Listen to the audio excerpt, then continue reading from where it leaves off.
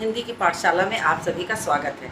मैं आपको जो टॉपिक पढ़ा रही थी, अर्थ के आधार पर वाक्य भेद, वो मैंने पूर्ण कर दिया, अभ्यासकार भी करा दिया है। तो उम्मीद करती हूँ कि आप उसे निरंतर देखेंगे ताकि आपका ज्ञान बढ़े, लोगों का ज्ञान बढ़ाएंगे और मेरा उत्साह बढ़ाएंगे। तो सबसे अच्छी बात है कि आपके देखने से मेरा भी उत्साह बढ़ता है। आज बारी आती है कि व्याकरण के उन हिस्सों को भी पकड़ लूँ जिनसे छोटे बच्चों को फ़ायदा मिले। जैसे भाषा की बात अगर करें तो यानी कि भाषा की बात तो हम व्याकरण में जहाँ करेंगे वहाँ शुरू करना पड़ता है, लेकिन एक प्रारंभिक रूप में भाषा किसे कहते हैं ये जानने के लिए एक कक्षा 6 के बच्चे को यदि पूछा जाएगा कि भाषा किसे कहते हैं, तो संभवतः 3 से लेकर 6 के बच्चों में इतना ज्ञान नहीं होता कि वो अपनी व्याकरणिक भाषा में इस चीज़ का उत्तर दे सकें। तो उन्हें भाषा से पढ़ाना पड़ता है कि वास्तव में भाषा क्या है। यदि आपसे बात करूं तो भाषा क्या है, मेरे और आपके विचार विनिमय का माध्यम है। देखिए, एक कक्षा 6 के बच्चे को, एक कक्षा 3 के बच्चे को, 4 और 5 के बच्चे से पूछा जाएगा तो वो बोलेगा कि हम बोल रहे हैं वही भाषा है जो हम बोल, लेकिन उसको व्याकरणिक भाषा में अपनी बात को व्यक्त करना नहीं आएगा। ऐसी स्थिति में उसके लिए भाषा की परिभाषा देना कठिन हो जाएगा। अगर वो कहता है कि जो हम बोल रहे हैं वो भाषा है, तो मैं उससे सवाल ये करूँगी कि ये बताओ कि जब बच्चा जन्म लेता है तब तो वो बोलता नहीं है, क्या उसके पास भाषा नहीं होती? तो वो ज़रूर कहेगा होती है। तो लेकिन वो ये नहीं समझा पाएगा कि कैसे होती है। तो वास्तव में जब देखा जाए, मानव जन्म के साथ ही उसकी भाषा का भी जन्म हो जाता है। कैसे? क्योंकि जब बच्चे के पास उसकी बोली नहीं होती है, उसकी भाषा नहीं होती है, तो उसके पास एक ध्वनि होती है।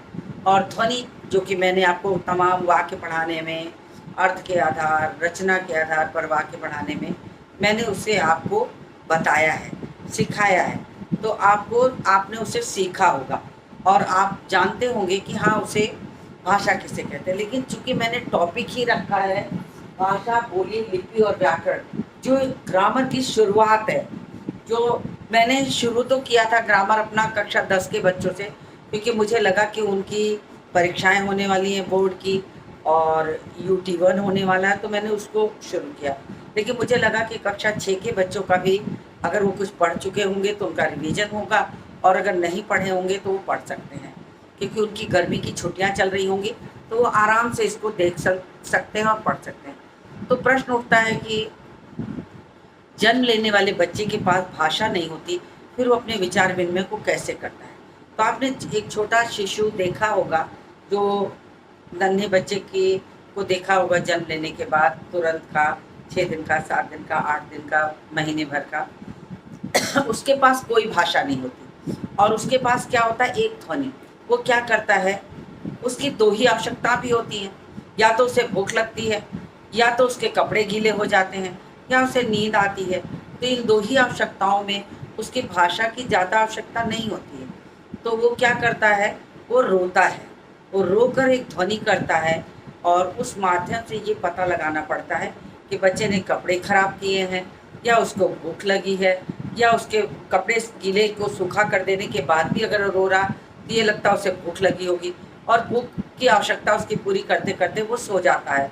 तो उसके पास इतनी ही आवश्यकता है, और उसके विचार विनिमय का माध्यम वो ध्वनि है जिससे वो रो रहा है। लेकिन बड़े होने के साथ जैसे जैसे बच्चा 3 महीने का होता है, वो अपनी माँ की बात को समझने लगता है। 6 महीने का होता है, अपने पिता को पहचानने लगता है और पिता की बात को समझने लगता है। फिर धीरे धीरे वो जब 8 महीने का होता है तो वर्णों की ध्वनि करते करते दो दो वर्ण भी जोड़ने लगता है, दो दो वर्ण जोड़ने लगता है। तो इस तरीके से उसकी भाषा जो होती है धीरे धीरे क्रमानुसार विकसित होती है। और इस माध्यम से यदि कहा जाए तो भाषा जो है वो विचार विनिमय का माध्यम है। भाषा विचार विनिमय का माध्यम है, लेकिन भाषा जो है वो भाष धातु से बना है। भाषा शब्द भाष धातु से बना है, जिसका तात्पर्य,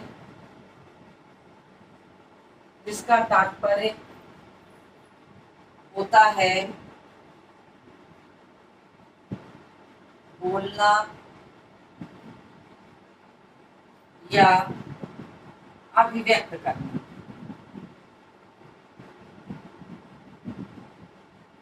ये तो हुआ शब्द का मतलब व्यक्त करना। ये तो मैंने सीधे सीधे आपको बताया भाषा शब्द की उत्पत्ति कहाँ से हुई है, कैसे हुई है, ये मैंने बताया कि भाष धातु से हुई है और जिसका की तात्पर्य होता है भाष, जिसका की मतलब होता है अभिव्यक्त करना या बोलना। तो सबसे पहला जो व्यक्ति का रूप होता है वो अभिव्यक्त करने वाली चीजें होती है। वो अपनी मन के भीतर जो भाषा आती है उसको जब तक किसी तक पहुंचाता नहीं है, किसी से कहता नहीं है, तब तक अभिव्यक्ति का माध्यम नहीं बनेगा और भाषा का जो वास्तविक रूप है वो नहीं होगा। तो वास्तव में देखा जाए तो भाषा जो होती है अभिव्यक्त करने का माध्यम है, विचार विनिमय का माध्यम। कहने का भी तात्पर्य वही है, जब मैं कुछ बोलूं और आप उसे सुने, आप उसे समझे, तो ये हमारा और आपके बीच का विचार विनिमय हुआ। मैंने अपने विचारों को आप तक पहुंचाया और आपके विचारों को सुना, तो ये विचार विनिमय। और इसका जो माध्यम होता है हमको अपनी बात पहुंचाने का और आपकी बात सुनने का, वो दोनों का कारण भाषा होती है। तो वास्तव में भाषा की परिभाषा क्या है? भाषा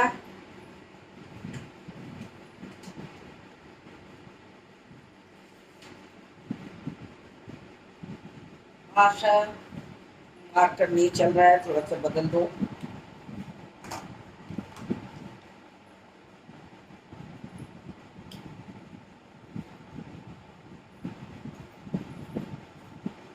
भाषा भावों और विचारों, भावों और विचारों की अभिव्यक्ति, अभिव्यक्ति का साधन है। आप इसे परिभाषा भी कह सकते हैं। भाषा भावों और विचारों की अभिव्यक्ति का साधन है। भाषा क्या है? हमारे भाव और विचार जो हमारे मन में उत्पन्न होते हैं उनको हम दूसरों तक पहुंचाते हैं और दूसरों के भावों और विचारों को सुनते हैं। तो ये हमारा जो कहा है वो अभिव्यक्ति का साधन है। तो ये यहाँ पर कहा गया है। और अगर इस तरह से देखा जाए तो भाषा के दो पक्ष होते हैं, एक अभिव्यक्ति और एक ग्रहण। भाषा के दो पक्ष होते हैं, भाषा के दो पक्ष होते हैं। एक को हम कहते हैं अभिव्यक्ति, यानी आप कुछ बोले, हमने अपने मन के भाव को प्रकट किया, वो हमारी अभिव्यक्ति है। और दूसरा है ग्रहण, और अगले व्यक्ति ने या दूसरे व्यक्ति ने उसे समझा, उसे ग्रहण किया। तो भाषा के ये दो पक्ष हो गए, दो पक्ष हो गए, एक अभिव्यक्ति हो गया, दूसरा हो गया ग्रहण करना। एक से हम में होता है कि हम उसे बोलते हैं, क्या बोलते हैं, वो हमारी अभिव्यक्ति, हमारे मन में जो भी भाव आते हैं उन भावों को हम प्रकट करते हैं, तो हमारी अभिव्यक्ति हो गई। फिर हो गया ग्रहण। तो क्या हुआ कि हमने जो अभिव्यक्ति की थी उसे लोग कैसे समझ रहे हैं, उसे कैसे, जो मैंने बोला क्या वही वो समझ रहे हैं? अगर वो वही समझ रहे हैं तो हमारी भाषा जो है वो सार्थक है और ग्राह्य है, मतलब ग्रहण करने योग्य है। तो ये ग्रहण करने योग्य, यानी भाषा के दो पक्ष हो जाते हैं, अभिव्यक्ति और ग्रहण करना, ये दो चीज हुई। लेकिन अब दूसरी चीज हो गई कि भाषा के प्रकार कितने होते हैं। अब आपको लगेगा कि भाषा के कहाँ प्रकार होते हैं, हम तो जो बोलते रहते हैं वही भाषा है हमारी, तो इसके प्रकार कैसे हो सकते हैं? लेकिन नहीं, भाषा के भी दो प्रकार होते हैं। कैसे? कि शुरू शुरू में जब बच्चा जन्म लेता है तब उसके पास जो होती है बिल्कुल क्या होती है, कोई भाषा नहीं होती, सिर्फ बोलना, यानी मौखिक भाषा। इस तरह से देखा जाए तो भाषा के दो रूप होते हैं। भाषा के दो रूप होते हैं, एक को कहते हैं मौखिक भाषा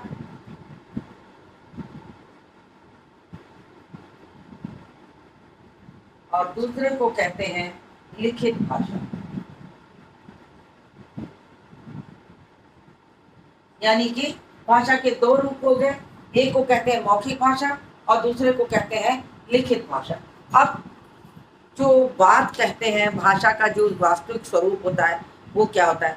बच्चा जन्म लेता है तो वो लिखना नहीं जानता, लिखना नहीं जाता, लिखने की एक उम्र आती है तब उसे सिखाया जाता है, ये दूसरों से सीखा जाता है। लेकिन जो बोलने की उम्र है, ये मौखिक भाषा जो होती है वो हमारा स्थायी रूप है, भाषा का स्थायी रूप। सबसे पहला रूप क्या है भाषा का? मौखिक रूप है। बच्चे को हम मौखिक रूप से बोलना सिखाते हैं, बात करते हैं उससे। छोटा बच्चा जब जन्म लेता है तो उसके पास कोई भाषा नहीं होती है, वो धुन में रोता है, लेकिन हम माँ हमेशा अपने बच्चे से बात करती है, मेरा बाबू है, मेरा राजा है, क्या कर रहा है, क्या चाहिए, क्यों रो रहा है। इतनी सारी भाषाएं, इतनी सारी बातों को बच्चे से करने से माध्यम क्या होता है कि भाषा उसके अंदर जन्म लेने लगती है। और ऐसा माना जाता है कि जो हमारा गला है, जो हमारा ये गले में सारी भाषाओं के स्वरयंत्र होते हैं, कोई भी भाषा के स्वरयंत्र इसमें हैं, सब भाषाओं के स्वरयंत्र हैं, यानी एक ही स्वरयंत्र से समस्त भाषाएं निकलती हैं। लेकिन बच्चा जैसे संगति में रहता है, जैसे लोगों के साथ उठता बैठता है, वैसी भाषा उसके लिए ग्राह्य हो जाती है। अगर अंग्रेजी बोलने वाली माँ है तो उसका बच्चा अंग्रेजी बोलेगा, अगर हिंदी बोलने वाली माँ है तो उसका बच्चा हिंदी बोलेगा, अगर भोजपुरी बोलने वाली माँ है तो उसका बच्चा भोजपुरी बोलेगा। तमिल, तेलुगु, कन्नड़, मलयालम, कोई भी भाषा कहिए, यदि उनकी वो भाषा बोली जाती है तो वो वही सीखेगा। तो और बाकी भाषाओं को वो बाद में सीखता है। तो वास्तव में कहा जाए तो भाषा के दो रूप होते हैं, मौखिक रूप। तो मौखिक रूप से क्या है?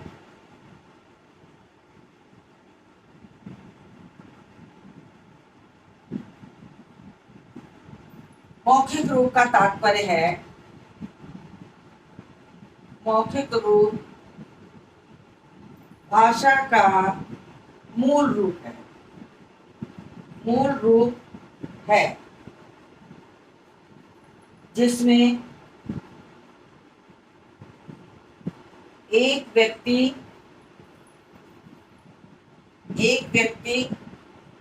कुछ बोलता है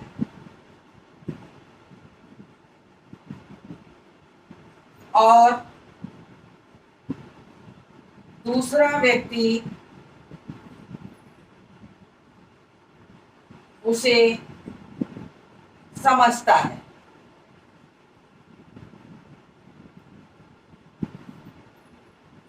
जैसे भाषण देना,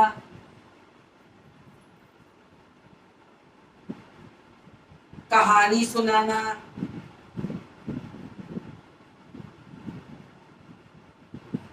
गीत गाना आदि। तो ये क्या होता है? ये भाषा का मूल रूप है। हम कोई गाना गा रहे हैं, सामने वाला समझ रहा, हम बच्चे को लोरी सुना रहे हैं, बच्चा लोरी सुन रहा है, हम बच्चे को कहानी सुना रहे हैं, वो कहानी सुनना सीख रहा है। इस तरीके से ये सारी चीज़ें जो है वो आपका क्या है? मौखिक भाषा का उदाहरण हुआ। और मौखिक भाषा किसे है? जिसे एक व्यक्ति बोलता है और दूसरा व्यक्ति उसे समझता है। ये भाषा का मौखिक रूप हो गया। अब आपको लिखित रूप बताते हैं।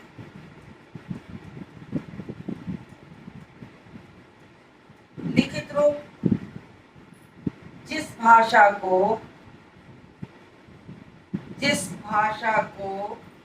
हम लिखकर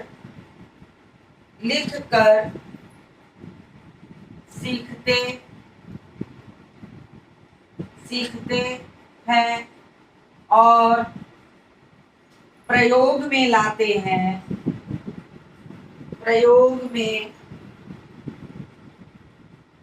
हैं,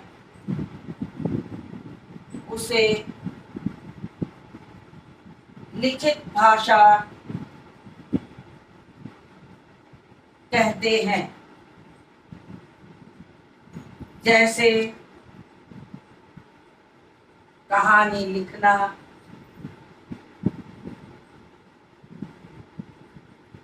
पत्र लिखना, पत्र एवं लेख लिखना,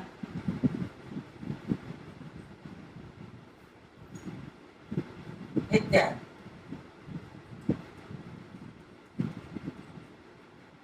अब क्या है, लिखित भाषा जब बच्चा 4 साल का हो जाता है, उसने बोलना सीख लिया कि माँ मुझे खाना दे दो, माँ मुझे पानी दे दो, माँ मैं बाजार जाऊँगा, माँ मैं सब्जी लेने जा रहा हूँ, माँ मैं किताब लेने जा रहा हूँ, तो वगैरह ये सब उसने बोलना सीख लिया। अब उसे लिखना, 4 साल का बच्चा होता है तो उसे कलम पकड़ाई जाती है और वर्ण सिखाना शुरू करते हैं। तो बेटा क बोलते हो तो क लिखा ऐसे जाता, ख बोलते हो तो लिखा ऐसे जाता, जो तुम स्वर बोलते हो आ ई उसको लिखा ऐसे जाता है। तो बच्चे को सबसे पहले माँ ओरल सिखाती है सारी चीज़ों को, मौखिक रूप से सारी चीज़ सिखाती है। और जब बच्चा मौखिक रूप से समझने लगता है तब उसी को वो लिखित रूप में सिखाना शुरू करती है, जिसको कि भाषा का लिखित रूप कहा जाता है। पत्र लिखना, लेख लिखना, कहानी लिखना, जो भी हो, प्रश्न उत्तर लिखना, ये सब आपका लिखित रूप हो जाएगा भाषा का। ये 2 चीज मैंने बनाया। इसके अतिरिक्त पुराने समय में भाषा का एक सांकेतिक रूप भी मनाते थे। आज उसको बहुत वैज्ञानिक नहीं माना जा रहा, क्योंकि सांकेतिक रूप भी मौखिक रूप से ही जुड़ता है, इसलिए उसे बहुत वैज्ञानिक न मानकर भाषा के रूप से हटा दिया गया। पुरानी किताबों में आपको सांकेतिक रूप मिल जाता था। जब हम अपनी बात कहने के लिए किसी को इशारे से बुलाते थे, मतलब समझ जाता जरा सुनो, इधर आओ, तो इस तरीके से हमने इशारा किया, आंखों से किया, हाथ से किया, तो वो समझ आई। तो ये सांकेतिक भाषा होती थी। हालांकि इससे विचार विनिमय होता है, लेकिन ये सांकेतिक भाषा हमारे मौखिक भाषा का ही रूप होता है, जो हम बोलते हैं उसी का ये रूप है। तो इसलिए इसको इसी में जोड़ दिया गया और सांकेतिक भाषा को हटा दिया गया। इसलिए भाषा का मुख्य रूप जो है वो मौखिक और लिखित हो गया। तो इतना आप जान गए होंगे, तो मैंने आपको समझा दिया। अब मैं इसके बाद आपको एक एक क्रम से बोली बताऊंगी, लिपि बताऊंगी, व्याकरण बताऊंगी, लेकिन क्रमवार रूप से चलेगा। तो आज के वीडियो में बोली अगले वीडियो में जाएगा। सिर्फ भाषा तक ही मैं पहुंच पाई हूँ, जिसकी परिभाषा और भेद मैंने बता दिया। तो इसी के साथ इस वीडियो को समाप्त करती हूँ और आपसे अनुरोध करती हूँ कि प्लीज़ लाइक करिए, शेयर करिए, सब्सक्राइब करिए, मेरे वीडियो में बने रहिए और साथ ही साथ मिलिए अगले पार्ट में। इस वीडियो को समाप्त करती हूँ और मिलती हूँ आपसे अगले